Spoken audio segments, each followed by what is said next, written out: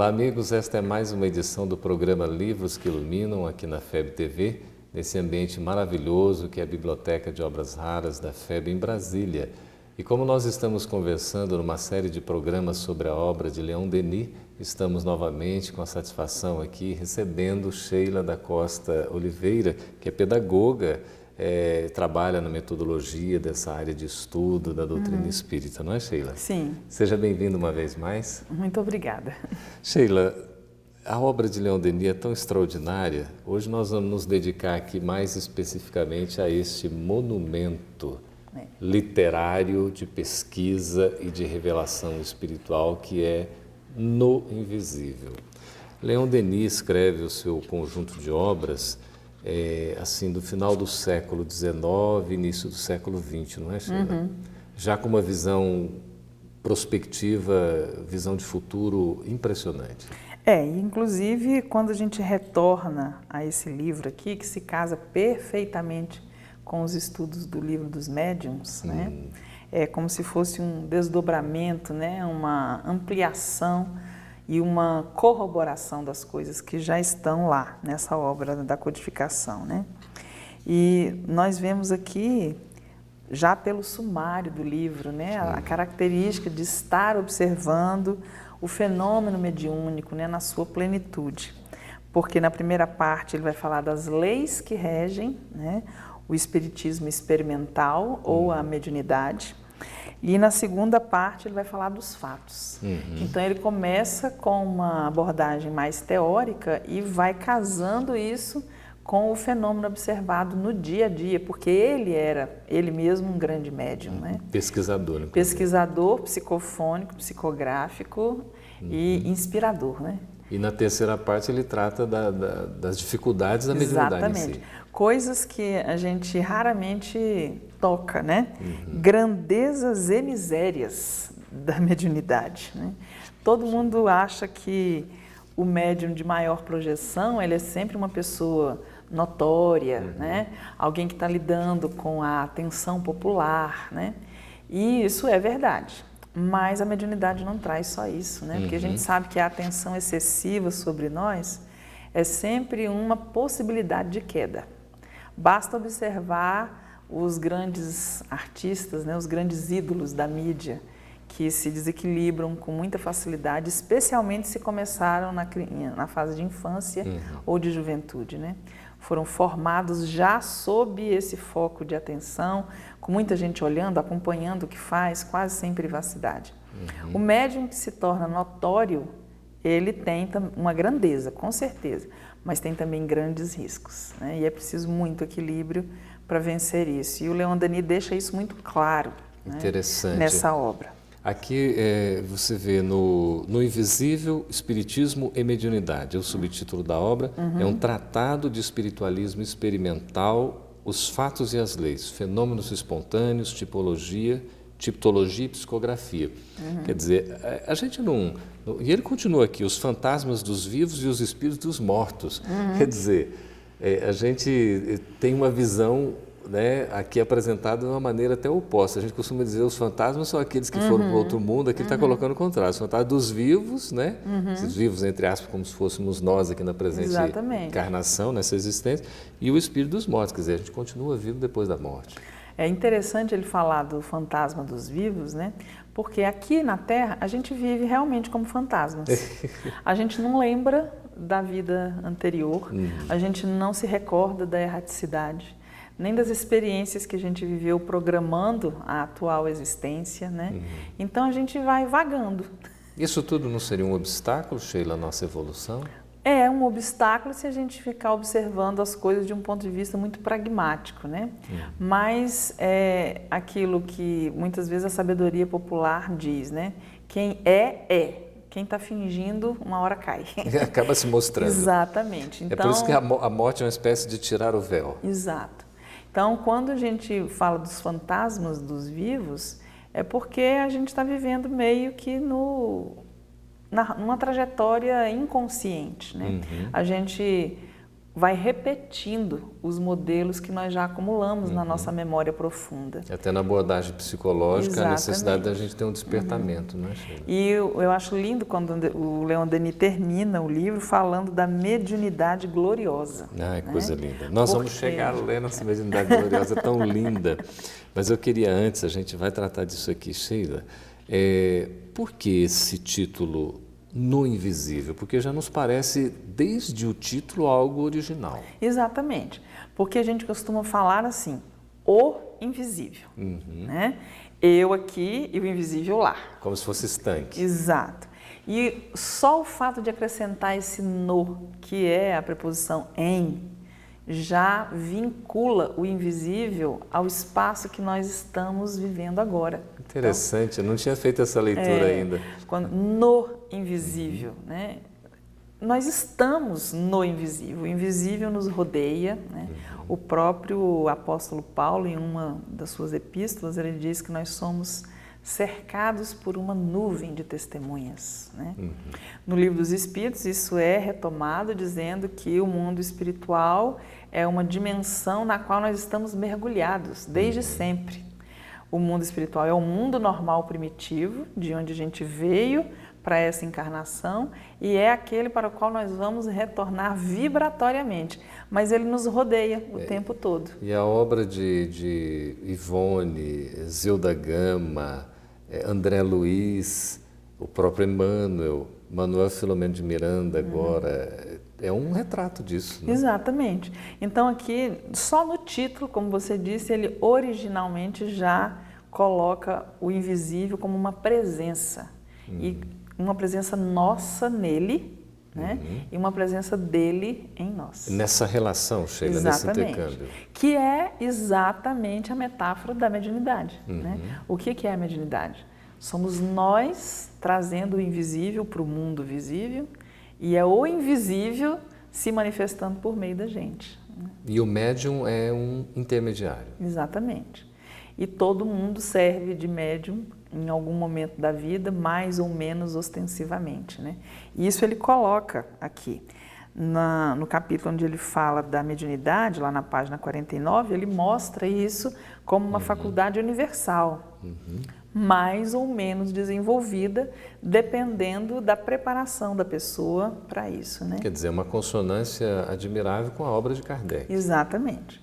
Então, eu sempre recomendo que quando a gente vai estudar o Livro dos Espíritos, ou a segunda parte, né, do Livro dos Espíritos e o Livro dos Médiuns, a gente complemente com isso aqui. Do invisível. Porque fica totalmente alinhado. É um clássico, né, Sheila, da literatura. E é um dos grandes clássicos, né? Meus amigos, é um grande clássico e eu, assim, tenho minhas dúvidas, confesso a vocês, se boa parte de nós conhecemos esta obra. Não é, Sheila? É uma oportunidade muito grande da gente ir numa base segura para conhecer a doutrina espírita mesmo. Leon Denis, ele é tido como um filósofo, né? A gente estava citando lá do Brasil Coração do Mundo, Pátria e Evangelho, no outro programa, que ele auxiliou Kardec, né, na equipe de trabalho, mas nesse aspecto filosófico. Agora, essa obra aqui, ela seria mais um aspecto científico, Sheila? A gente pode dizer assim ou não? Eu acho que mistura tudo, porque ao mesmo tempo em que ele explica a parte prática do fenômeno mediúnico, ele não desvincula isso das bases filosóficas que a gente encontra na obra da codificação. E ao mesmo tempo ele é extremamente religioso. Leon um Denis. Sentimento de unção que ele tem com relação à prática mediúnica, né?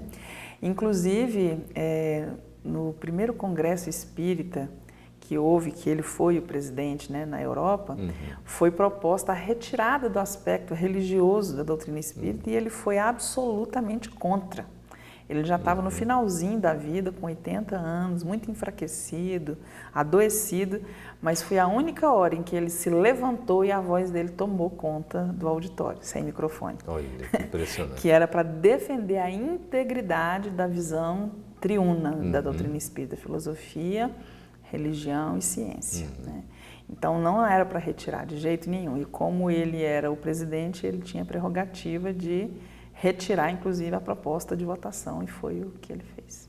Que maravilha, eu vejo a responsabilidade, né? Então, a obra de Leon Denis é uma obra completa, porque ela vai permear esses 3 aspectos da doutrina, né? A questão da filosofia, da religião e da ciência. Exatamente. Ele mostra, inclusive, lá nesse último capítulo da Mediunidade Gloriosa, em que o médium só vai conseguir alcançar esse status na hora que ele tiver a religião vivenciada. Que a mediunidade não é uma prática desvinculada de um aperfeiçoamento moral obrigatório. Né? Entendendo a religião nesse sentido, exatamente. Uma religiosidade íntima, não é? Isso. E ele também não aponta em momento nenhum a fama, a notoriedade como a recompensa para o médium, né? E ele diz que para chegar a esse status a pessoa tem que afrontar todos os riscos. Pode ser, inclusive, um motivo de queda, né? Exatamente. Pode ser motivo de chacota, de perseguição, qualquer coisa ruim pode acontecer. O fato de você ser um bom médium não vai te livrar dos problemas que você deve viver na sua vida. Sheila, qual é a grande contribuição de Leon Denis nesta obra No Invisível? Eu vejo como uma forma de você conduzir uma pessoa que às vezes não gostou muito da linguagem que tinha no Livro dos Espíritos, né? Ou achou o Livro dos Médiuns seco demais, né? Científico demais. Mais uma vez aqui a sensibilidade e a poesia que ele coloca no seu discurso ajudam a compreender o invisível não como uma abstração, mas como uma coisa extremamente concreta, bonita e envolvente. Coisa linda. E Leon Denis tem essa linguagem tão fácil, tão didática, que ele fala de assuntos aparentemente áridos, digamos assim, mas com uma leveza que nos encanta, como você está falando. Agora também não é assim uma linguagem fácil, não. Você tem que ter vocabulário para acompanhar. E tem que ter paciência para seguir o raciocínio. Ele é culto.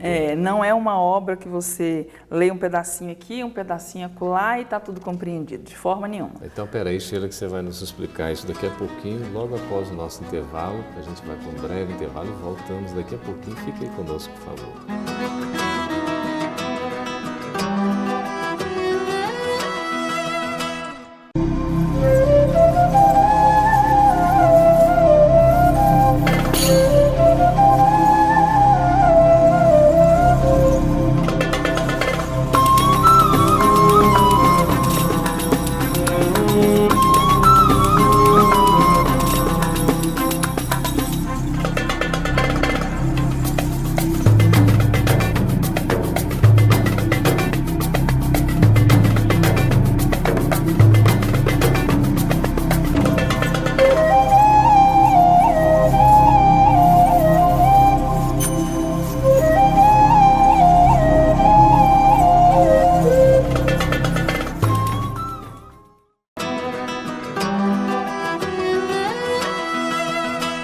Estamos de volta com o programa Livros que Iluminam, aqui na FEB TV, conversando com Sheila da Costa Oliveira, que é pedagoga, orientadora metodológica da área de estudo do Espiritismo. Sheila, você estava explicando que a leitura de Leon Denis também não é como se fosse um passeio, assim, alguma coisa que a gente vai... Em Dalício Mendes ele até fala, né, que a leitura espírita não é como aquela leitura que a gente faz num jornal diário ou numa revista semanal. Exatamente. Inclusive eu tenho falado muito desse tema em vários lugares, né? Um incentivo à leitura, né?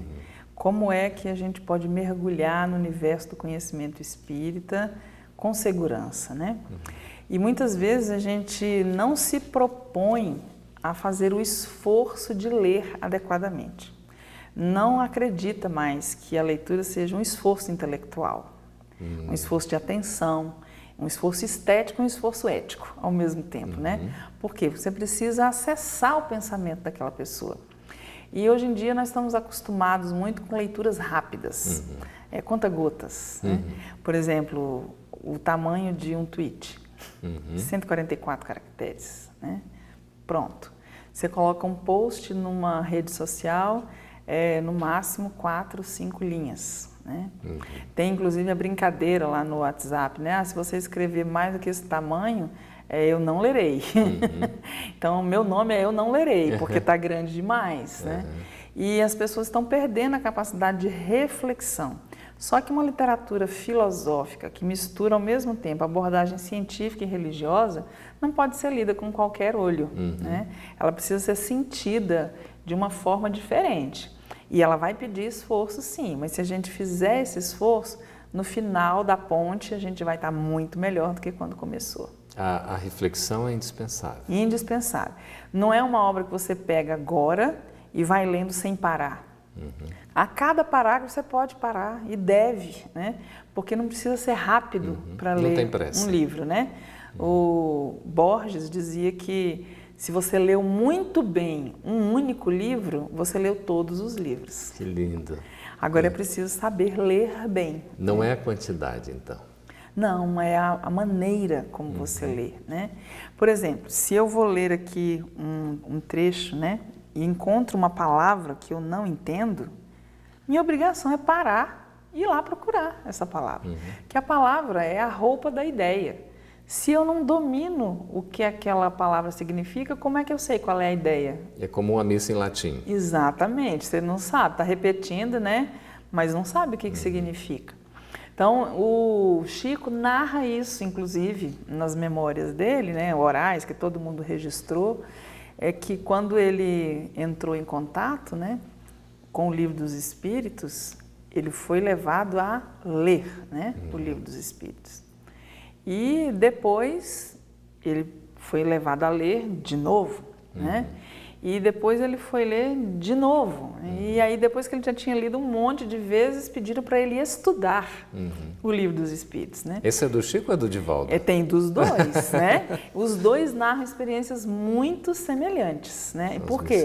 Porque eles tinham que ter disciplina e conhecimento.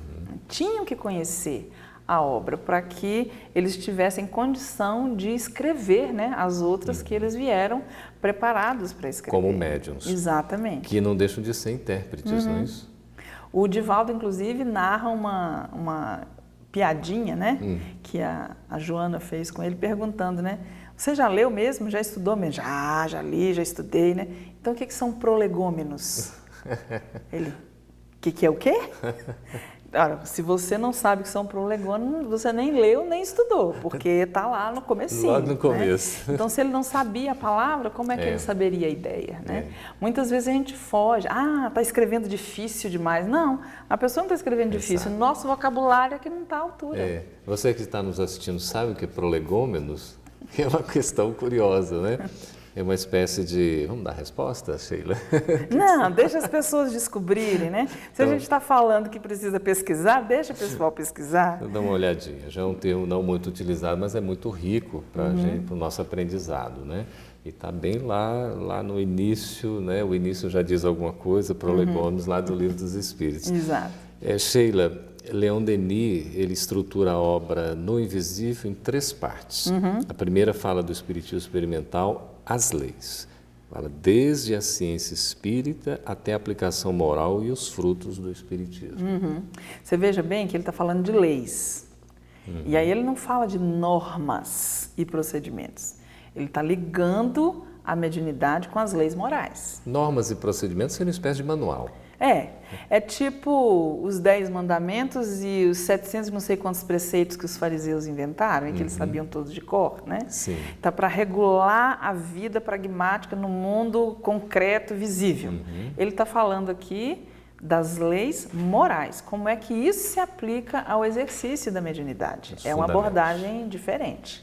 Hoje está nos faltando, Sheila, os fundamentos até para essa questão da aplicação da mediunidade? Olha, eu acho que fundamentos faltam todas as vezes em que a gente vai começar alguma coisa, né? Isso a gente vê de uma maneira muito clara nos esportes. Quando você vai entrar num time de vôlei, time de basquete, handebol, futebol, natação, o que começa no treinamento? São os fundamentos, né? E os fundamentos envolvem, dependendo do tipo de esporte, os movimentos que são básicos para você executar enquanto faz aquela prática, né? E aqui ele fala disso, né? Quais são os fundamentos?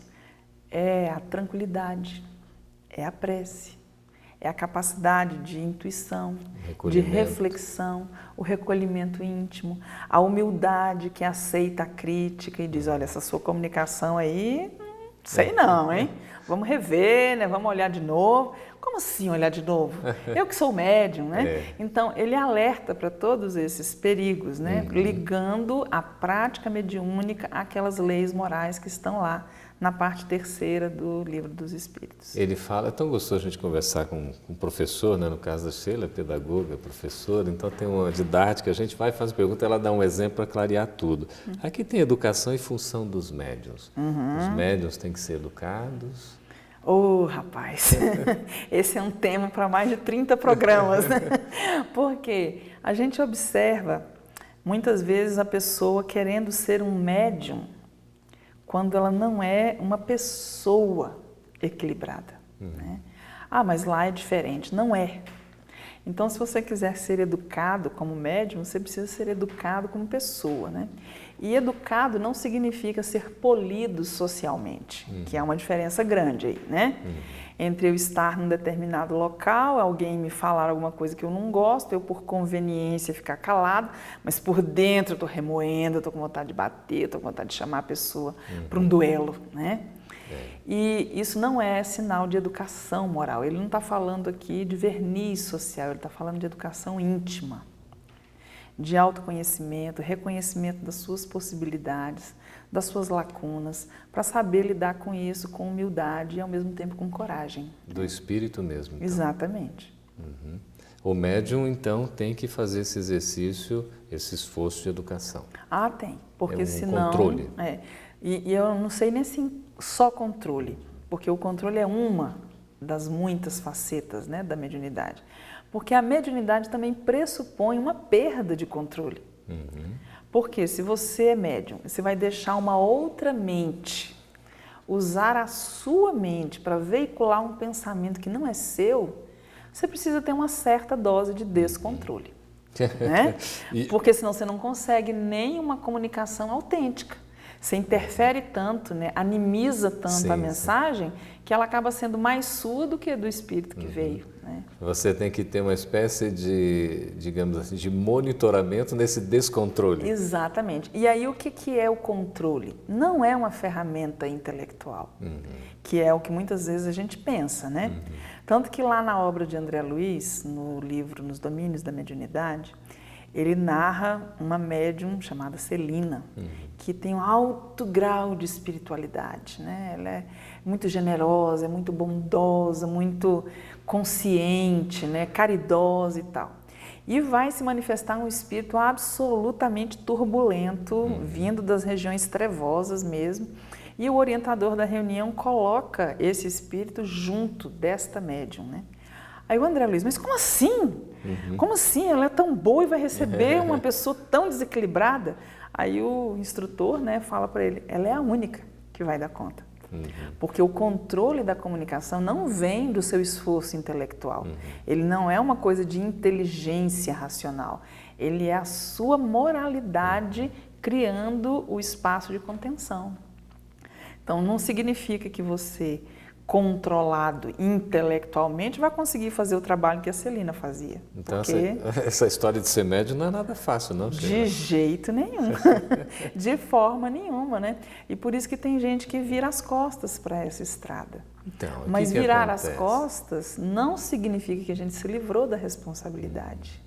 E muitas vezes a gente vai exercer uma mediunidade desequilibrada no lar, no trabalho, na comunidade, né? Junto às pessoas em comum. Então, está adiando o compromisso, Sheila? Com certeza. Né? E todo compromisso adiado significa uma bola de neve que uma hora ou outra vai cair em cima de nós, né? Porque tudo que a gente escolhe fazer ou não fazer tem consequências. E nós somos responsáveis. E o nosso livre-arbítrio pressupõe isso, né?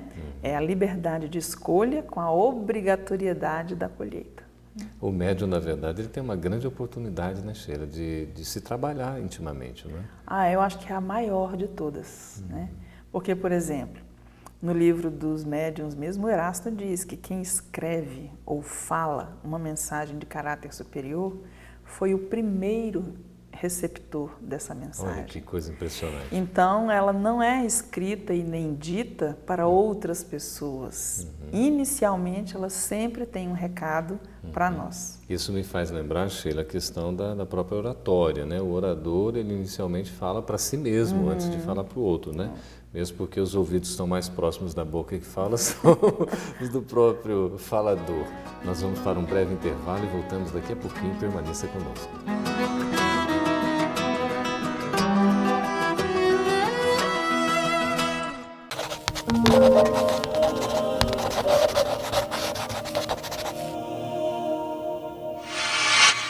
Lembra-te assim, Chorei e guardei a verdade não permitas que o veneno da condenação o amor é a te assome a boca. doente, Chorei ao Amas desta encontrar-te. forma,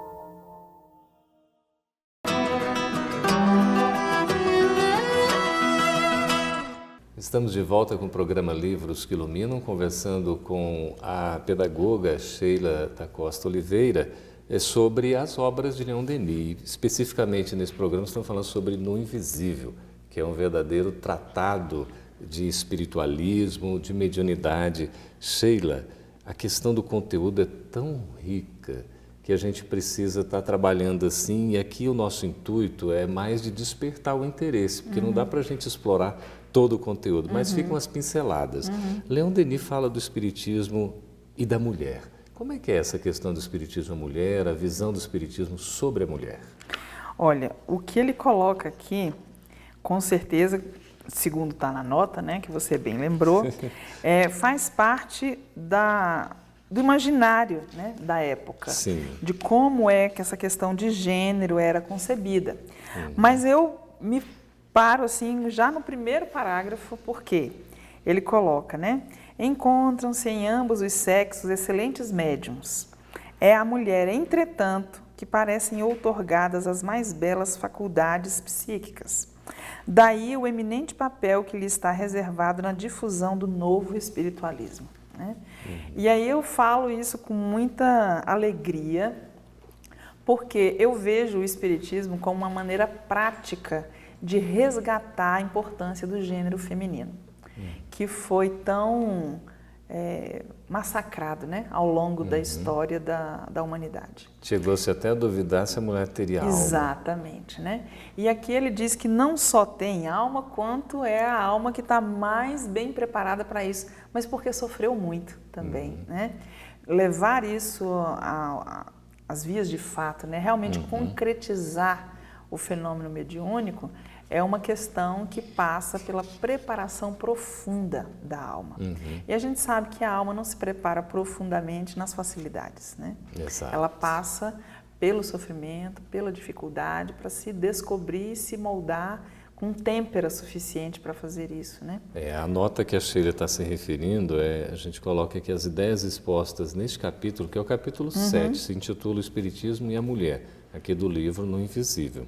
Então, as ideias expostas neste capítulo encerram a opinião pessoal do autor e refletem o espírito da época em que foram emitidas.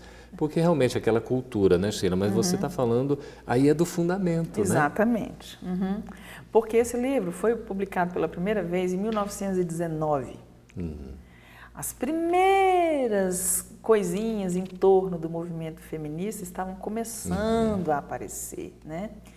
E a França sempre foi pioneira nessa questão. E aí ela já tinha oferecido bastante material para reflexão para o restante da Europa, nesse aspecto, inclusive, né? E aqui, mais uma vez, se faz aquela declaração tão própria, né? De que o espírito não está preso no conceito de gênero, né? Ele aprende com todas as experiências. E depois de formulado o conceito de reencarnação, não tem como mais você dizer, olha, ele é homem, ela é mulher, né? São almas em trajetória evolutiva que vão visitar os grandes conceitos e revisitar essas crenças, né? E nessas manifestações, né, da personalidade ora masculina, ora feminina. Exatamente. Você vê aqui a sabedoria de Leon Denis, ele já diz na segunda, terceira parte do capítulo, né, lá na página 73, durante longos séculos, a mulher foi relegada para segundo plano, menosprezada, excluída do sacerdócio. Por uma educação acanhada, pueril, supersticiosa, a manietaram. Suas mais belas aptidões foram comprimidas, conculcado e obscurecido seu caráter. Exatamente. E eu continuaria ali no próximo parágrafo, onde ele diz o seguinte: a situação da mulher na civilização contemporânea é difícil, não raro, dolorosa. Parece que ele está falando de hoje, né? Exato. Porque, inclusive, para a mulher assumir posições sociais que hoje são possíveis, ela tem que fazer muitos sacrifícios, né? Ela precisa enfrentar uma jornada tripla. É muito oneroso para a mulher. É muito oneroso, psicologicamente, fisicamente, né? Muito mais do que para o homem. Com certeza. E agora também eu vejo um novo homem se delineando, né? Graças a Deus. Mais né? sensível. Mais sensível, mais companheiro. Mais humano. Exatamente, né? Um homem menos homem e um homem mais humano, né? E é interessante a gente observar esses paradoxos, né? Porque à medida em que a mulher aprende a se colocar, isso cria espaços de conflito até gratuitos em relacionamentos, em contextos sociais, né?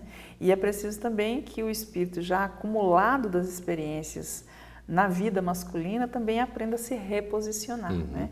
E o André Luiz coloca isso aqui muito interessantemente Leon Denis. nesse capítulo. Leon Denis.